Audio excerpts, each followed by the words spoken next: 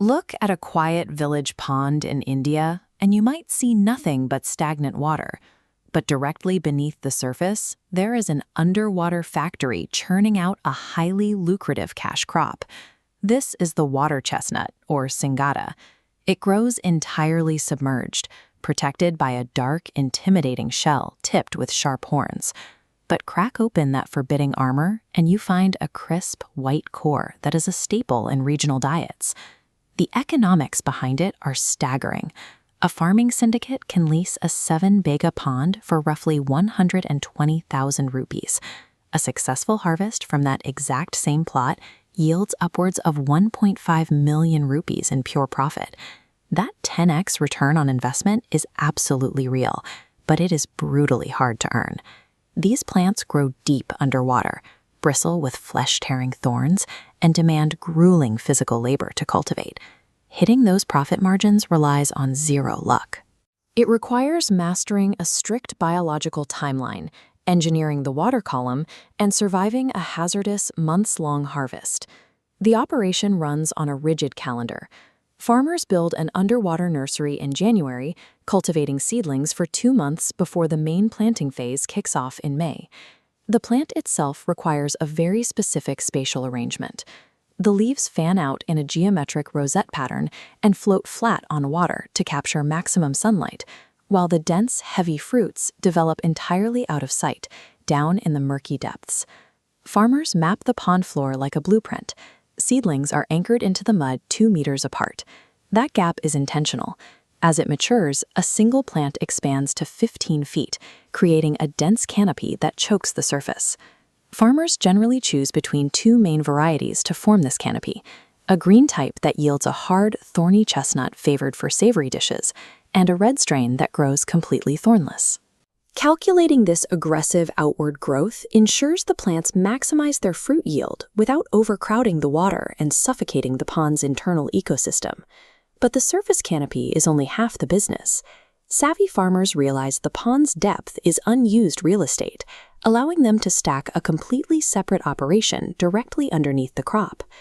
While the Singata vines monopolize the top 20% of the water column, farmers breed commercial fish, like rohu and katla, in the vast open water making up the bottom 80%.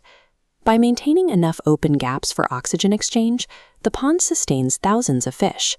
When the nets are finally pulled, the farmers secure a massive second payday right alongside the chestnuts. The genius of the Singata farmer is looking at a flat body of water and utilizing its 3-dimensional space to engineer a dual-layered economic engine. This dual engine runs smoothly until July, when the harvest begins. For the next 5 months, extracting the crop becomes a grueling test of endurance. There is no mechanized way to do this. Workers wade chest-deep into the tangled, thorny vines, physically hauling the heavy vegetation upward to pick the nuts by hand into floating clay bowls. Because the green variety produces long, razor-sharp spikes, farmers pre-engineer clear channels through the thicket. Without these safe pathways, workers and small boats would be quickly ensnared and sliced open by the submerged thorns. Every single day of the harvest, teams inch their way down these tight water lanes, carefully avoiding the surrounding hazards to secure the daily quota. The threat of physical injury and the sheer exhaustion of wading through thick mud acts as a harsh barrier to entry. Not many are willing to do the work, which keeps the market from saturating and protects the high value of the crop. Once the chestnuts are pulled from the water, the economics shift to land. Whatever raw, green fruit isn't sold immediately to local vendors is spread out under the sun to dry, converting a highly perishable vegetable into a durable commodity. This chart shows exactly why farmers put in the extra labor. While raw fruit pays out steadily, dried Singata commands a massive premium at major hubs like the Kanpur Mandi, rocketing up to 25,000 rupees per quintal. Removing the moisture removes the ticking clock. Instead of being forced to accept whatever the daily local rate is, farmers hold on to their dried inventory, control their supply, and sell only when the market hits absolute peak pricing. The heavy lifting happens in the pond, but the highest profit margins are realized on dry land through strategic processing and market timing. There is one final layer to this operation. Almost no one does it alone. To pull this off, 10 to 15 farmers form a syndicate, pooling their capital and their labor to lease the pond together.